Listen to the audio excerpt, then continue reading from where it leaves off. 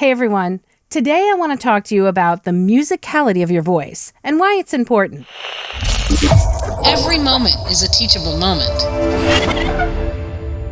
So what do I mean about musicality of your voice? Well, essentially, when we speak, I like to consider my voice a musical instrument.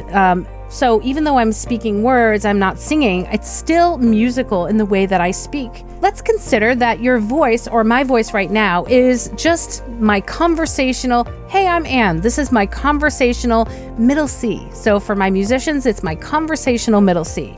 And so when I'm just having a conversation, my voice inflects up and down and up and down, and I also have a rhythm. When I want to complete a sentence or speak an idea to you, I am not necessarily breathing in the middle of that. I am telling you the idea all at once, and I'm not necessarily breathing in the middle of it. And as I tell you this idea, my inflection goes up and down. Now, in the words that I want to emphasize, my words that are important are inflected upward.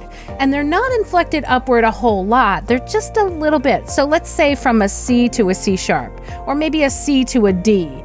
And those are the words that are important to the conversation. So I've kind of elevated them up so that your ear can hear them better. Now, the other thing that I've done is I've changed the rhythm of it. I've also kept that word longer in your ear, kept that word, right, longer in your ear. So I've extended or lengthened the note. So consider it a whole note or a note that's been held for multiple beats. And that will also be an emphasized word in your ear. So it stays longer in your ear. So when I talk, I'm going to make sure that I inflect upward on those words that are important, and I'm also going to lengthen them or hold them longer. A lot of times when we have a script, those are words that we haven't thought of. As I'm speaking to you right now, I have ideas in my brain and they're coming out of my mouth. And so I have an idea of what I'm going to say. When we're looking at copy on a piece of paper, we're not necessarily familiar with those words. We didn't think of those words. Somebody else wrote those words for us. Now we have to take those words and make them sound as if they're organically coming from our brains. A couple of techniques to do that, obviously, as an actor, is to give yourself a character, place yourself in a scene, and kind of understand what the storyline is before you start to tell it.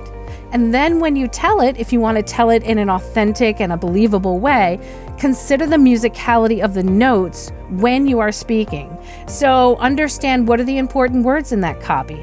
With those important words, you want to make sure they're elevated, they're inflected upward just a little bit. And you want to make sure that they stay in the ear of your listener a little bit longer. So that way, it's the first time they're hearing those words, and so they can absorb the information or the copy that you're relaying to them. When you are speaking the script or voicing the script and you're communicating those words to your listener, they are musical.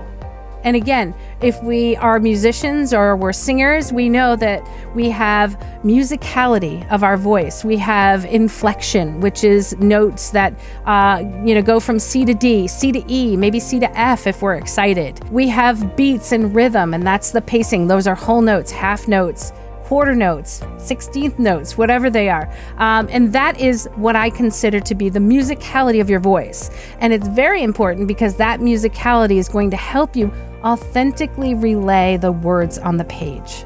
Thanks, guys. If you'd like to see more performance tips, make sure to check out my videos here.